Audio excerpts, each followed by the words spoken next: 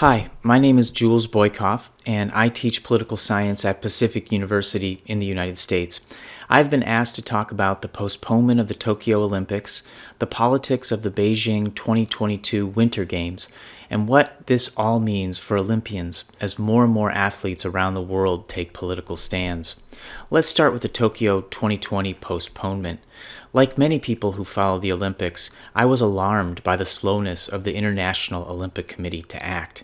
After all, other major sports events and leagues were being canceled across the world. IOC President Thomas Bach admitted that he was slow to act because he was listening to people like US President Donald Trump, who was saying that things might be back to normal by mid-April, even though epidemiologists refuted such a rosy outlook. That Bach would listen to Trump rather than experts from the World Health Organization and other medical bodies should be alarming to anyone who cares about athletes and the Olympics. In an essay I wrote for the New York Times, I argued that cancellation was the more prudent path, in part because postponement is costly. Soon after the decision to postpone was announced, Tokyo 2020 CEO Toshiro Muto admitted that additional costs would be massive, and we know who will pay those massive costs: Japanese taxpayers. Current estimates are $2 to $6 billion in additional costs, but Tokyo 2020's record on spending is already grim. After all, the Games were originally supposed to cost $7.3 billion, but the price tag escalated to around 4 times that, according to an audit by the Japanese government. The Olympics have long been mired in a slow-motion crisis, with doping, athlete abuse, and a dwindling number of cities keen to host.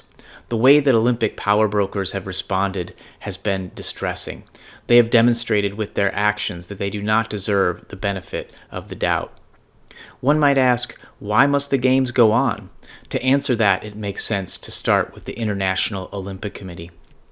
The IOC is comprised of a privileged sliver of the global 1%. They are extreme elites who tend to look out for themselves first.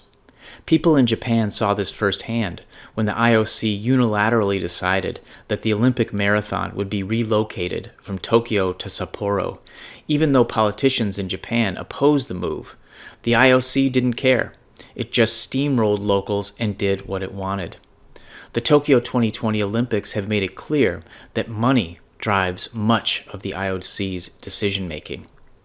The fact of the matter is that in recent decades, the Olympics have left in their wake public debt, white elephant stadiums, a militarized public sphere, a legacy of displacement and gentrification, and a slew of broken promises.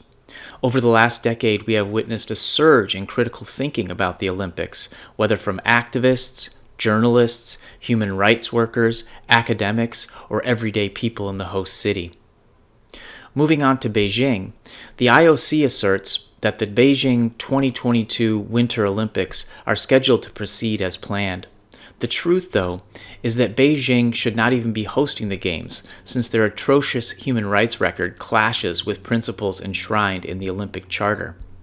As the Beijing Games approach, the surveillance and repression of ethnic Uyghurs has intensified. The Chinese government has turned Xinjiang province into a dystopic, high-tech surveillance state, with Muslim Uyghurs the primary target. As many as 1 million Uyghurs have been shunted into detention camps, supposedly for re-education. Now, we hear credible reports of forced sterilization. If the IOC truly cared about human rights and freedoms, this information alone would be enough to cancel the Beijing Winter Games. So what does this mean for athletes? First of all, postponement of the Tokyo Olympics would never have happened were it not for the bold leadership of athletes. While the IOC and Tokyo organizers dithered, athletes and sport bodies stepped into the leadership vacuum and demanded that the Games be postponed. Athletes led the way. The dizzying pace of developments has put additional stress on athletes, even as the IOC talks about its athletes-first approach. The Tokyo 2020 Olympics have shown us that this athletes-first idea is flimsy propaganda. The fact that Tokyo 2020 planned to stage the torch relay, baseball, and softball in Fukushima shows that Olympic spectacle has long outweighed athlete safety. IOC President Thomas Bach told athletes to just keep on training, as if training centers were open when actually they were shut. Numerous athletes have talked openly about how this caused them enormous mental stress. The way the IOC has handled postponement has been inconsistent at best. Incompetent is probably a better word for it. If athlete health comes first, why did the IOC take so long to make a decision when epidemiologists were saying that hosting the Olympics amid the coronavirus pandemic was tantamount to creating a dangerous petri dish, a perfect way to transmit the disease? Just look at boxing. After the International Boxing Federation was ravaged by corruption, the IOC took over managing its qualification events and then went on to allow a qualifier to take place in mid-March, despite the fact it was obvious then that the coronavirus was a serious problem. In fact, on March 11th, the World Health Organization declared coronavirus a pandemic. 3 days later, the Olympic boxing qualifying events commenced in London before being called off a few days after that. Numerous people who attended that event have said they contracted COVID-19 while there.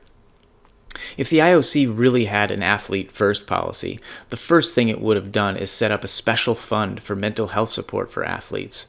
But of course, it did not do that. The IOC is also hypocritical when it comes to athletes and free speech. Back in January, the IOC prohibited athlete activism at the Tokyo Olympics, forbidding gestures of a political nature like a hand gesture or kneeling. The policy added precision to a long-standing controversial rule in the Olympic Charter banning political demonstrations at the Games. The new guidelines' core idea is that sport is neutral and must be separate from political, religious, or other types of interference. While political neutrality may appear laudable on the surface, it ripples with hypocrisy when it is mandated by the IOC. The IOC's brand of apoliticism is in fact deeply political. The IOC needs a walk-in closet for all of its political skeletons. It staged the 1936 Summer Olympics in Berlin with full awareness that Adolf Hitler and the Nazis were gaining power in using the Games against Jewish people by instituting an Aryans-only policy within German sport organizations. The IOC allowed an all-white apartheid South African team to compete until it grudgingly banned the country in the 1960s in the face of worldwide pressure. For 2 decades, the IOC president was Juan Antonio Samaranch, an unrepentant functionary for the Franco regime in Spain. The list goes on. But the IOC's duplicity has additional layers. Its new policy stands in sharp contrast to the Article 19 in the Human Rights Declaration in the United Nations Universal Declaration of Human Rights, which states very clearly that, quote, everyone has the right to freedom of opinion and expression. This right includes freedom to hold opinions without interference, end quote. The new IOC guidelines are the wordsmithed inverse of those freedoms. The bottom line is that the IOC is not against politics. It is against a certain type of politics. Banning political protest is itself a blatant political act. And forbidding political dissent at the Olympics often means reinforcing white supremacy, because most recent protests by Olympic athletes were carried out either to raise awareness of racism and its ramifications, or by athletes of color who used the Olympics to talk back to power in their home countries. So, if the Tokyo Olympics actually transpire in 2021, we should be aware of the political undercurrents that throw into question the entire Olympic enterprise. Thank you.